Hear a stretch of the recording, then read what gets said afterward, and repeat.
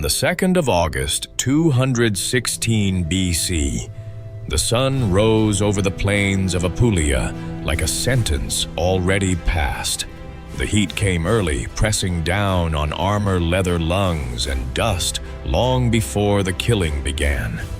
Across the plain marched the largest army the Roman Republic had ever assembled, around 80,000 men, a force so vast that to the men inside it defeat seemed not merely unlikely, but mathematically absurd. They were Rome's legions, the hardest infantry in the Mediterranean, marching in ordered mass behind two consuls, Lucius Aemilius Paulus and Gaius Terentius Varro, toward one man they believed could finally be crushed by weight alone. That man was Hannibal Barca. He was only about 30 years old, deep inside Italy, far from Carthage, outnumbered almost 2-1, and waiting near the little village of Cannae, beside the Aufidus River.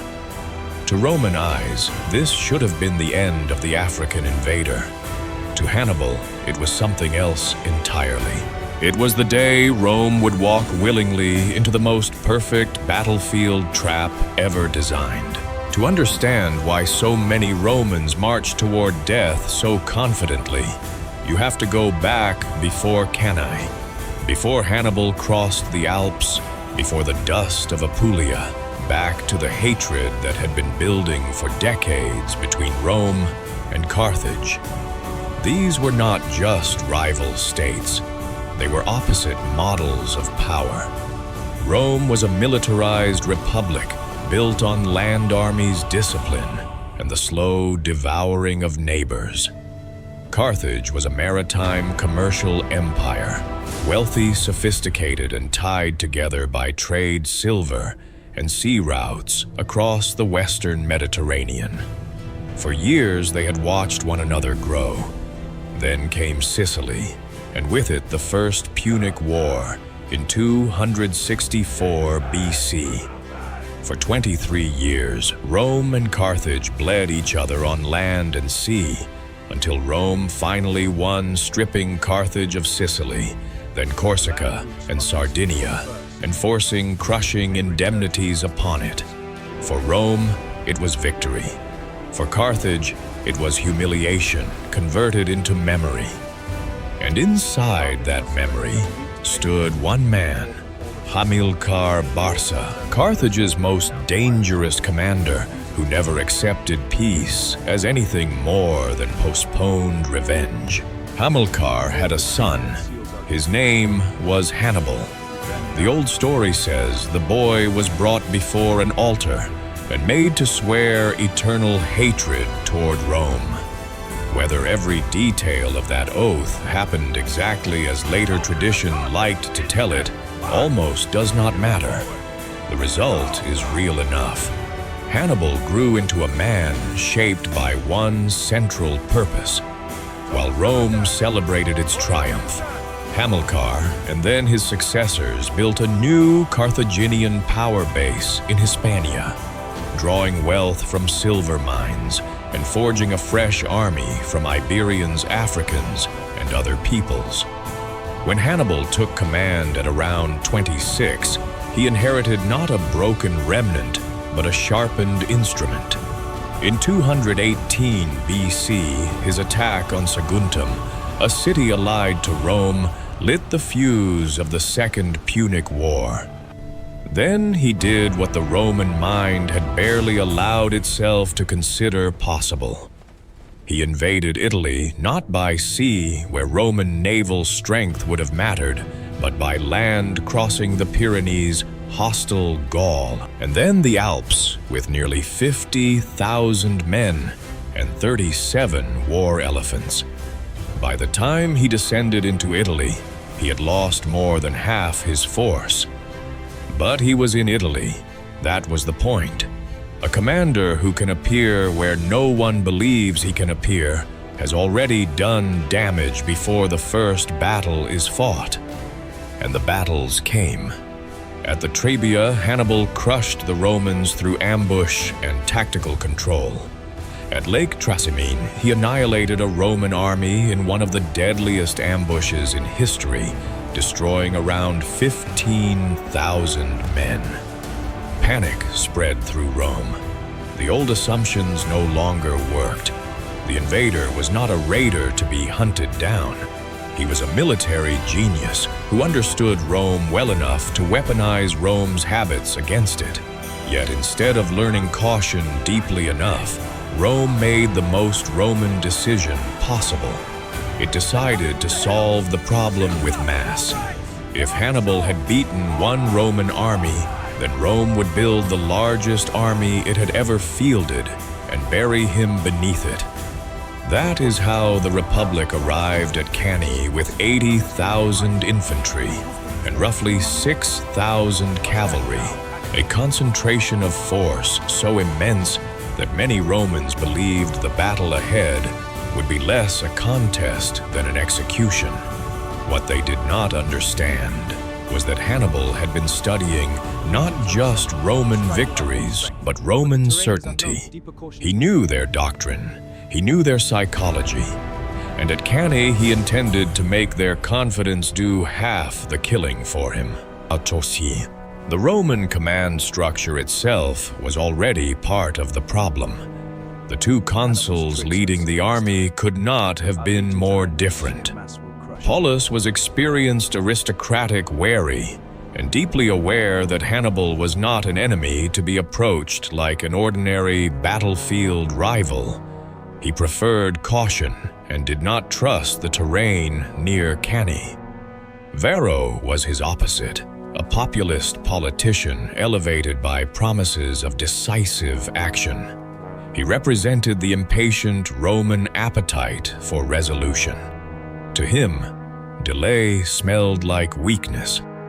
The Republic, true to its institutional habits, gave them alternating command day by day. In peace, that might have looked like a balance against excessive power. In war against Hannibal, it was madness. Unity of command is one of the first conditions of survival against genius.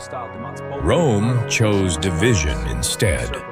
And because August 2nd was Varro's day in command, the larger, more aggressive Roman instinct governed the battlefield. Hannibal, by contrast, commanded alone. He also commanded an army unlike the Roman one in composition, but superior in exactly the ways that mattered for the field he had chosen. His force was a mosaic African heavy infantry, battle-hardened and disciplined, Iberians with their deadly swords, Gauls huge and ferocious, eager for revenge against Rome, Numidian light cavalry, the finest skirmishing horsemen in the world, and heavy Iberian and Gallic cavalry, able to smash weaker mounted opponents. In total, he had around 40,000 to 50,000 men, depending on which ancient figures one trusts. He was outnumbered badly in infantry, but he dominated one arm completely cavalry. Rome had never been a strong cavalry power. Its faith lay in the legionary. Hannibal knew that. He also knew that on open, flat ground near the river, cavalry superiority could become more decisive than infantry mass if used correctly. So he chose the ground with surgeon's care. The plain near Cannae was ideal for mounted maneuver. The Aufidus River protected one flank. The morning sun and the southeast wind would blow dust and glare into Roman faces. Every natural element was turned into an ally before the first sword left its sheath. Then came the formation. This is where Cannae stopped being a battle plan and became a mathematical trap. In the center, where most armies placed their best infantry, Hannibal placed his more vulnerable Gauls and Iberians. He arranged them in a convex bulge pushed forward toward the Romans. It looked weak, it looked exposed. It looked exactly like the point where a huge Roman infantry mass should strike hardest. Behind and on either side of that projected center, slightly set back, stood his true anchors. The veteran African infantry, around 6,000 on each flank, disciplined, rested, and ordered to wait. On his right, near the river, he placed Hasdrubal, with about 6,000 to 7,000 heavy cavalry. On his left, he placed the Numidians agile enough to distract and occupy the Roman allied horse. The plan was terrible in its elegance. The Roman infantry would smash into the center and push it backward. The center would not break outright. It would retreat slowly, drawing the Romans inward and compressing them. Meanwhile, Hasdrubal would destroy Roman cavalry on one flank, then ride behind the whole battle and smash the other Roman cavalry force. Once Roman horse was gone, cavalry would strike the Roman rear. At the critical moment, the African infantry on both flanks would wheel inward 90 degrees and strike the compressed Roman mass from the sides. Front flanks rear. A perfect double envelopment, not a victory. A human trap. Hannibal had designed the battlefield so that Roman numerical superiority would become a density problem. Too many men in too little space, too much weight pushing forward to allow reaction. The very mass Rome trusted would become the thing that killed it. Varro did exactly what Hannibal needed him to do. He deepened the Roman infantry more than usual, compressing the legions into a tighter formation to maximize frontal pressure. It must have looked irresistible from the Roman side. 8 legions allied infantry, row after row of shield pilum, and gladius pushing as one giant battering ram into a smaller enemy center that appeared vulnerable from the start. The Roman soldiers saw Hannibal's line and read weakness. They saw fewer men. They saw a bulging center that seemed made to be broken. The trumpets sounded. Skirmishers began. Then the true horror began. On the Roman right, near the river, Hasdrubal launched his heavy cavalry against the Roman horse. The clash was savage and brief. Roman cavalry was outnumbered and outclassed. Consul Paulus fought there and was wounded early, reportedly by a sling stone. The Roman mounted arm on that side collapsed. Some died where they fought, others fled. Hasdrubal did not waste time chasing. He had his next move already in mind. He regrouped and rode behind Hannibal's line toward the opposite flank. This is one of the great features of Cannae. Every Carthaginian success was immediately linked to the next phase. There was no indulgence in local victory. Every action flowed into the wider design. At the center, the Roman infantry came on like an earthquake. Tens of thousands of men crashed into Hannibal's Gauls and Iberians. The fighting was hideous shield against shield, short swords stabbing in dust and sweat, men screaming under bronze, iron, and flesh. Then Hannibal's center began to retreat exactly as ordered, slowly, not as a rout, as controlled absorption. The convex bulge flattened, then bent inward into a concave crescent. To the Romans, this looked like success. They were pushing the enemy back. Their front ranks drove harder. Rear ranks shoved forward. More men flooded into the pocket opening ahead of them. Every Roman instinct screamed to maintain pressure. Break the center. Split the enemy.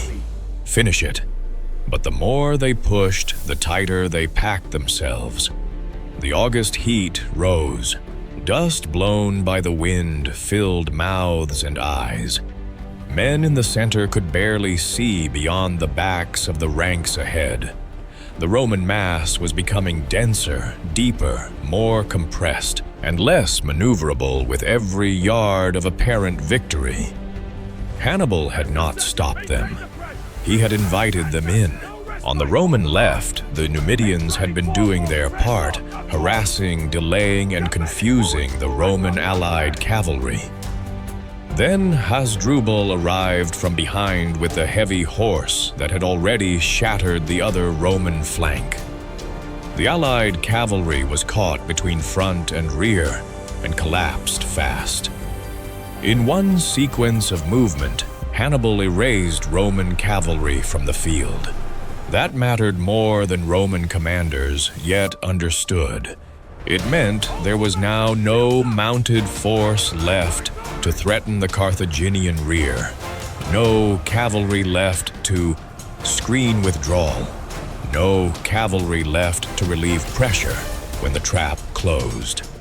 The Roman army was now essentially a giant infantry block, blind, overcommitted, and unsupported, still convinced in its center that success was unfolding.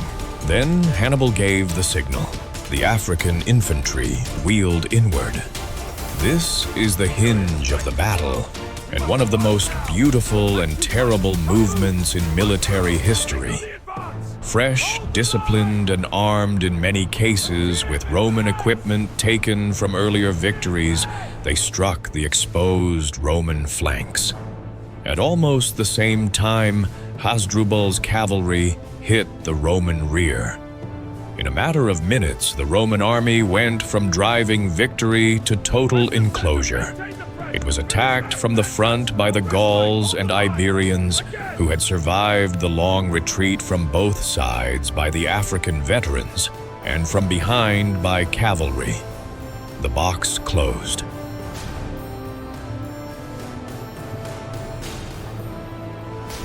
Now the Roman numerical advantage became pure catastrophe. 80,000 men do not fight well when they are packed so tightly they cannot raise their arms fully. A legionary's gladius is a short sword designed for disciplined close combat, with enough room to thrust and recover. At Cannae, the Roman ranks became so compressed that many soldiers could barely swing, barely breathe, barely turn. Rear ranks still pushed forward because they did not understand fully what was happening ahead. Men at the edges tried to face the African attack, but found themselves wedged by their own comrades. The heat became murderous, armor baked, dust choked, sun burned into eyes. The space inside the Roman mass shrank further and further as the Carthaginian ring tightened. Some men died of heat or suffocation before any enemy blade reached them. Others fell and could not even hit the ground properly, held upright for moments by the crush of bodies around them. It was no longer a battlefield in the usual sense. It was controlled slaughter. Consul Paulus, wounded, stayed and died like a Roman aristocrat was supposed to die, standing with his men in the wreck of the army. Varro escaped with a small group of horsemen carrying with him not just survival, but the shame of having delivered Rome's greatest army into the most perfect trap in military history. Around them, the killing continued for hours. This is one of the most important points to preserve because it clarifies what Cannae truly was. It was not one dramatic collapse and immediate end. It was a massacre sustained over time. The Carthaginians did not simply break the Romans. They killed them systematically. Groups tried to form defensive knots. They were cut apart. Men tried to surrender. Some were taken. Many were butchered. Some feigned death under the corpses of comrades. Many were crushed beneath them. As the sun moved west, the field became a landscape of piled bodies and blood-soaked earth. When darkness finally approached, Roman resistance ceased as an organized thing. Ancient casualty figures vary, as they always do, but the scale of the destruction is unquestionable. Somewhere between 50,000 and 70,000 Romans died, with around 10,000 captured. Only a fraction escaped. Perhaps 15 to 20% of Rome's adult male citizen population of military age was wiped out in a single day. 80 senators lay dead. Tribunes, officers, veterans, young nobles, allies, the flower of an entire generation gone in one hot August field. Hannibal's losses, though real and painful, especially among the Gauls and Iberians in the center, were perhaps 6,000 to 8,000. Even if one cuts all ancient numbers sharply, the disproportion remains staggering. Cannae was not merely a Roman defeat, it was one of the greatest one-day military disasters in history. No Roman living would ever forget the name. When news reached Rome, panic shook the city. The scale of the loss seemed unreal. No army, no proper defense. Hannibal still alive in Italy. The gates were closed. Mourning spread. But the Roman reaction after the first terror is one of the most revealing things about why Rome would ultimately survive even Cannae. The Senate did not open negotiations. It did not surrender. It forbade even the casual use of the word peace. It raised new troops even by methods previously unthinkable, including recruitment of slaves. According to some sources, extraordinary religious measures were taken to appease the gods. Rome understood the magnitude of the wound, but it refused to accept that the wound was fatal. This is the deepest strategic counterweight to Hannibal's genius. He could destroy Roman armies in the field. He could not make Rome believe the war was lost. And here lies the cruelest paradox of Hannibal's life. After Cannae, his cavalry commander, Hannibal, reportedly urged immediate movement on Rome itself. You know how to win a victory, Hannibal, but not how to use one, later tradition has him say. Whether the exact phrase is historical or not, the argument captures a real strategic crisis. Hannibal had won the perfect tactical battle. But had he won the war, he did not march immediately on Rome. His reasons were not foolish. His army was exhausted. He had no proper siege equipment. Rome's walls were formidable. The capital, unlike a field army, could not be annihilated by envelopment. He may also have hoped the political shock of Cannae would unravel Rome from within, driving allies away and forcing negotiation. Yet the delay mattered. It gave Rome time to do what Rome did best when cornered: learn, harden, and convert trauma into doctrine. From that point forward, Rome largely refused to give Hannibal another Cannae. Instead, it leaned ever more into the strategy associated with Fabius Maximus: avoid major pitched battle.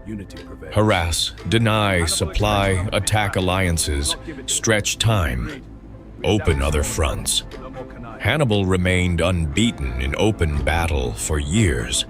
He won again. He terrorized Italy.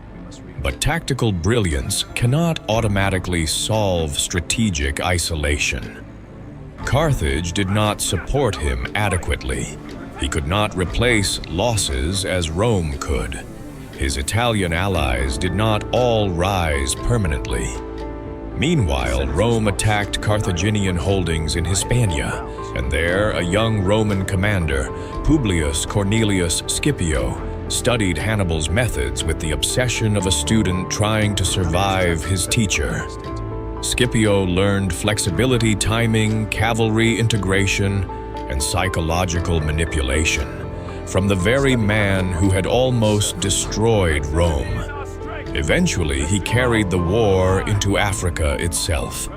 In 202 BC at Zama, Hannibal, summoned home after years in Italy, would face a Roman who had learned from him. There, he would be defeated for the first time in pitched battle. Carthage would be humbled, and decades later destroyed utterly.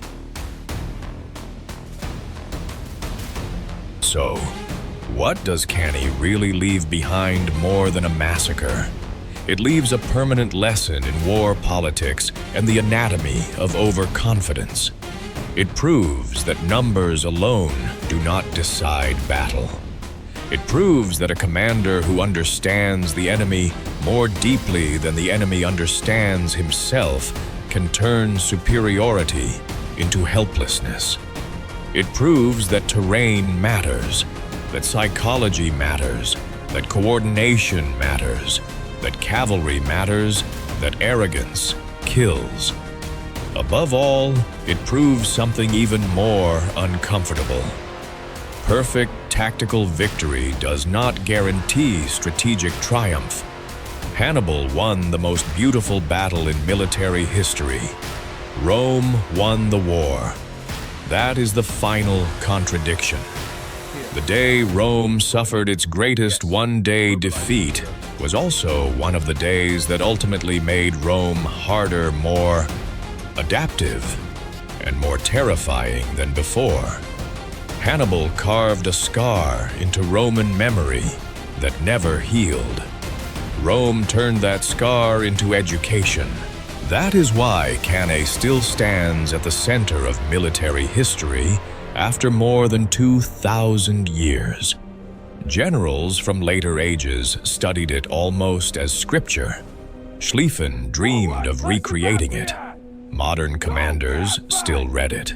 Not because war has remained the same, but because the underlying problem never changes.